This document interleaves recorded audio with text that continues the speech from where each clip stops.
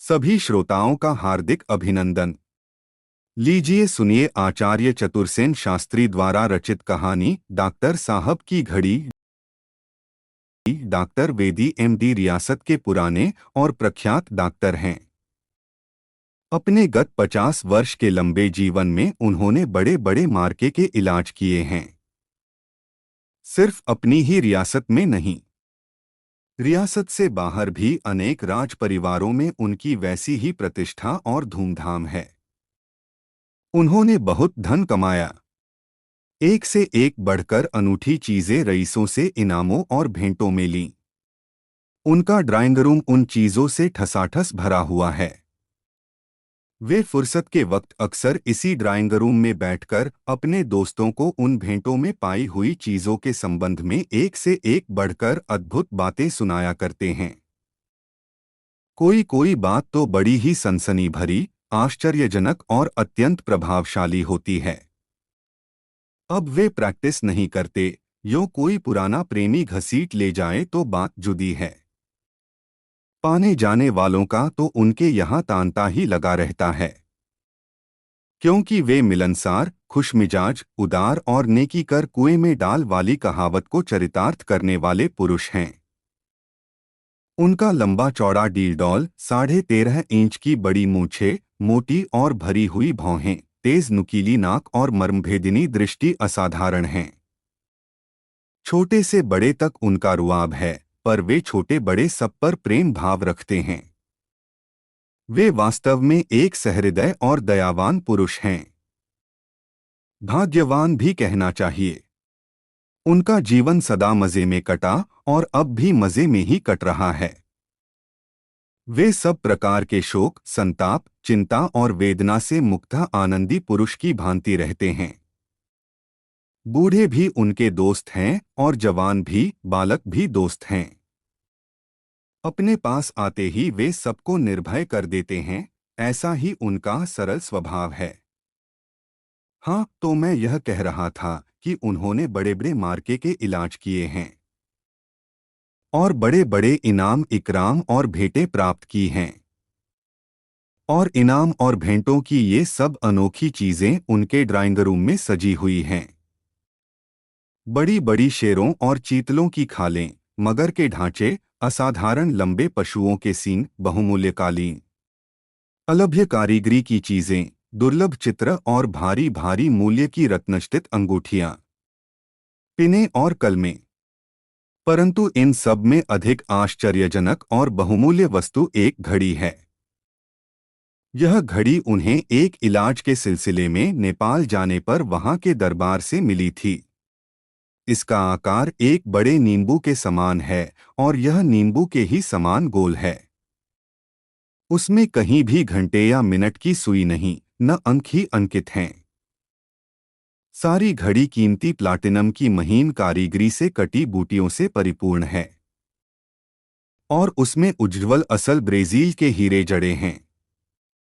सिर्फ 2 हीरे जो सबसे बड़े हैं और जिनमें एक बहुत हल्की नीली आभा झकलती है, ऐसे मनोमोहक और कीमती हैं कि उन्हीं से एक छोटी मोटी रियासत खरीद ली जा सकती है।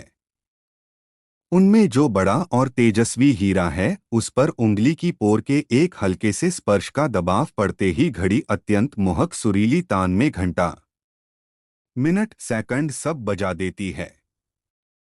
उसकी गूंज समाप्त होते होते ऐसा मालूम देता है मानो अभी अभी यहाँ कोई स्वर्गीय वातावरण छाया रहा हो। दूसरे हीरे को तनिक दबा देने से दिन, तिथि, तारीख, पक्ष, मास, संवत सब ध्वनित हो जाते हैं। यही नहीं, घड़ी में 1000 वर्ष का कैलेंडर भी निहित है। 1000 वर्ष पहले और आगे के चाहे जिस भी सन का दिन, मास और तारीख आप मालूम कर सकते हैं। ऐसी ही वह आश्चर्यजनक घड़ी है जिसे डॉक्टर साहब अपने प्राणों से भी अधिक प्यार करते हैं। कहते हैं, एक बार हुजूर आलीजाह महाराज ने 50,000 रुपए इस घड़ी के डॉक्टर साहब को देने चाहे थे, जिस पर डॉक्टर साहब ने घड़ी महाराज के चरणों में डालकर कहा था, अन्नदाता, मेरा तन, मन, धन सब आपका है, फिर घड़ी की क्या औकात है। पर इसे मैं बेच तो सकता ही नहीं। और महाराज हंसते हुए चले गए थे। यह घड़ी स्वीडन के एक नामी कलाकार से नेपाल के लोकविख्यात महाराज चंद्रशमशेर जंग बहादुर ने, जब वे विलायत गए थे, मुहमांगा दाम देकर खरीदी थी, और अपने इकलौते पुत्र के प्राण बचाने पर संतुष्ट होकर उन्होंने वह डॉक्टर को दे डाली थी। वह घड़ी वास्तव में नेपाल के उत्तराधिकारी के प्राणों के मूल्य की थी। कमरे के बीचों बीच बिल्लौर की एक गोल मेज थी। यह मेज ठोस बिल्लौर की थी, उसका ढांचा ही बिल्लौर का था। सर्पाकार एक पाए के ऊपर मेज रखी थी। यह मेज खास इसी मकसद के लिए डॉक्टर साहब ने खास लंदन से खरीदी थी। उस मेज पर इटली की बनी एक अति भव्य मार्बल की स्त्री मूर्ति थी। यह मूर्ति रोमन कला की प्रतीक रूप थी, जिसे डॉक्टर साहब ने बड़ी खोजजांच से खरीदकर उसके हाथ में एक चतुर कारीगर से एक स्प्रिग लगवाया था, जिसमें ऐसी व्यवस्था थी कि घड़ी हमेशा उस पुतली के उसी हाथ में रखी रहती थी। ठीक समय पर घड़ी के हीरे पर स्प्रिंग का दबाव पड़ता तो घड़ी से ताल स्वर युक्त मधुर संगीत की ध्वनि निकलती। उस समय जैसे वह प्रस्तर मूर्ति ही मुखरित हो उठती थी। मित्रगण, घड़ी का यह चमत्कार देख जब आश्चर्य सागर में गोते खाने लगते तो डॉक्टर गर्वोन्नत नेत्रों से कभी घड़ी को और कभी मित्रों को घूर घूर कर मंद मंद मुस्कराया करते थे। सावन का महीना था। रिमझिम वर्षा हो रही थी।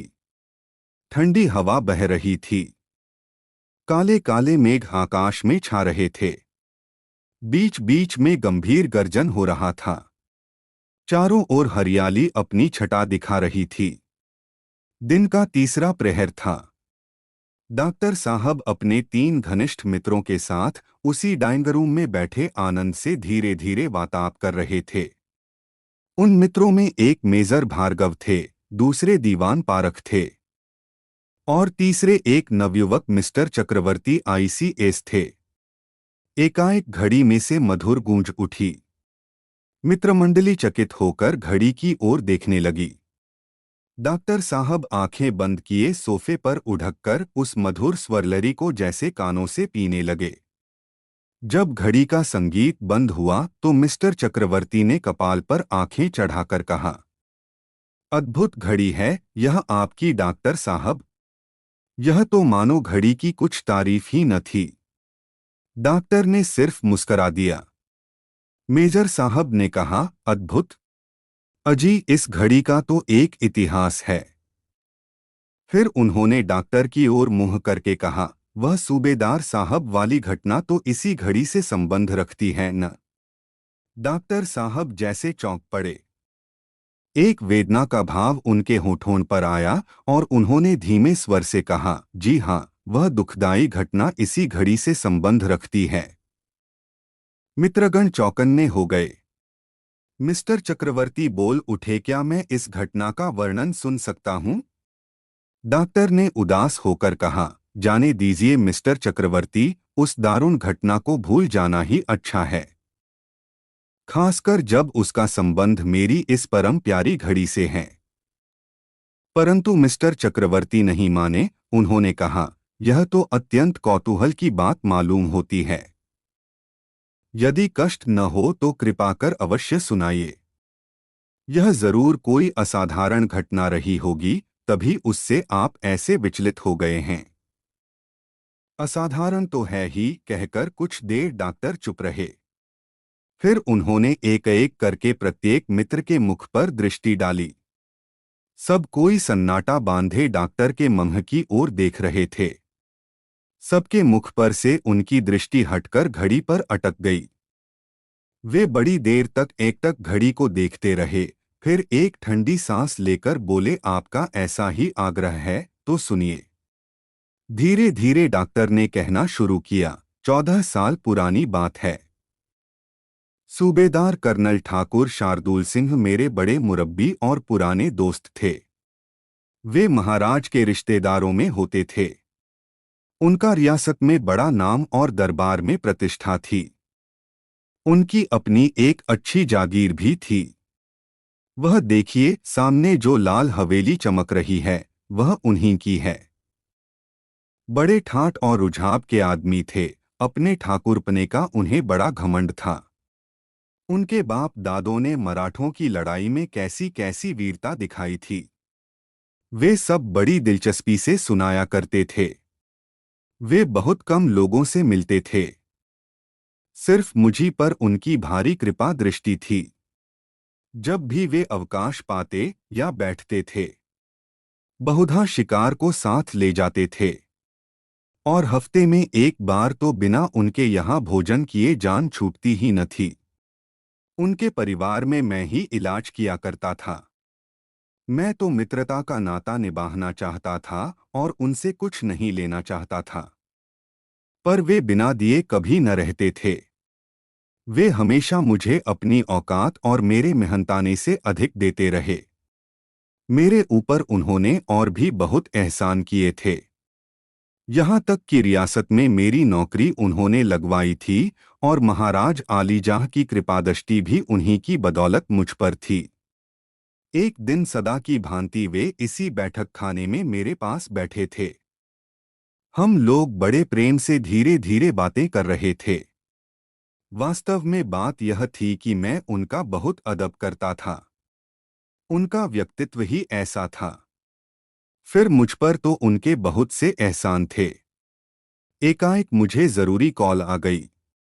पहले तो सूबेदार साहब को छोड़कर जाना मुझे नहीं रुचा, परंतु जब उन्होंने कहा कि कोई हर्ज नहीं, आप मरीज को देख आइए, मैं यहाँ बैठा हूँ, तब मैंने कहा, इसी शर्त पर जा सकता हूँ कि आप जाएं नहीं।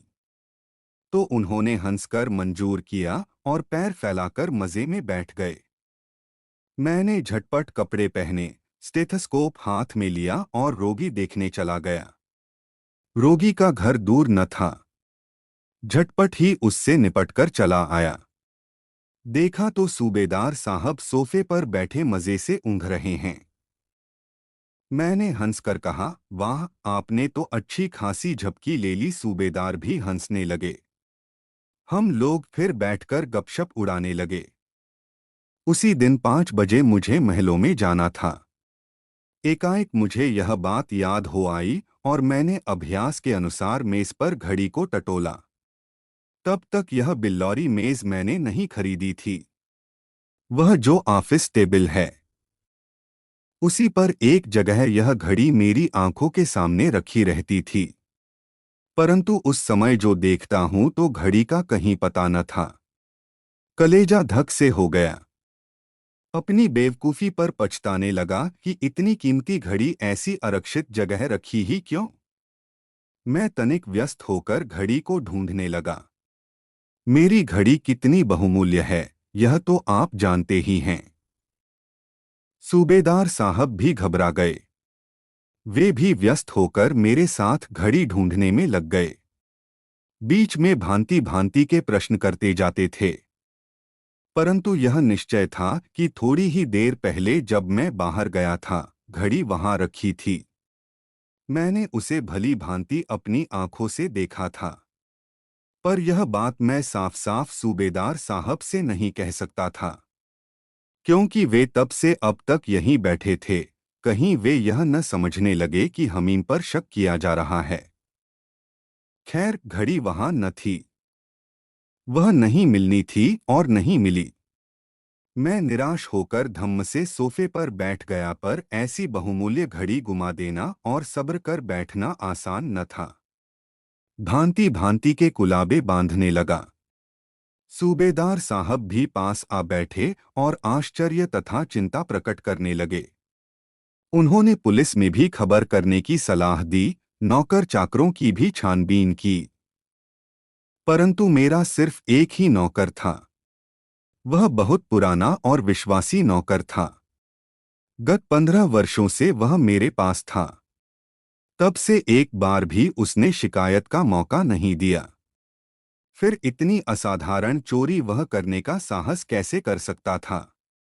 पर सूबेदार साहब उससे बराबर जिरह कर रहे थे और वह बराबर मेज पर उंगली टेक टेक कर कह रहा था कि यहाँ उसने झाड़ पोंछ कर घड़ी अपने हाथ से सुबह रखी है। मैं आंखें छत पर लगाए सोच रहा था कि घड़ी आखिर गई तो कहाँ गई।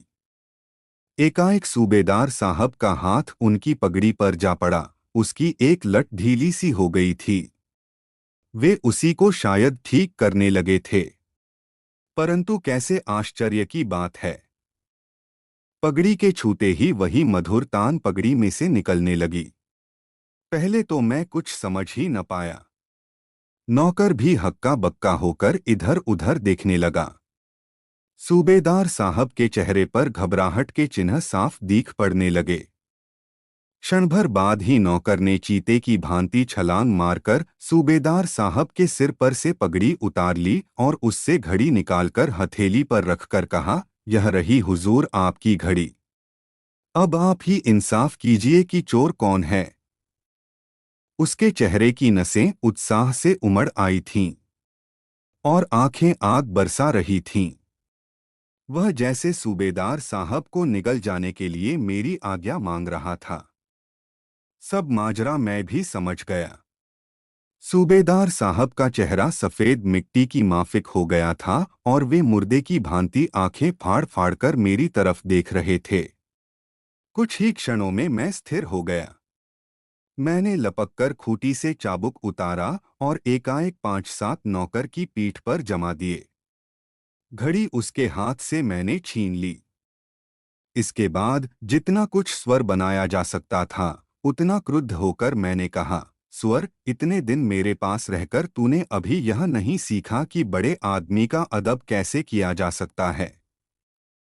क्या दुनिया में मेरे ही पास घड़ी है?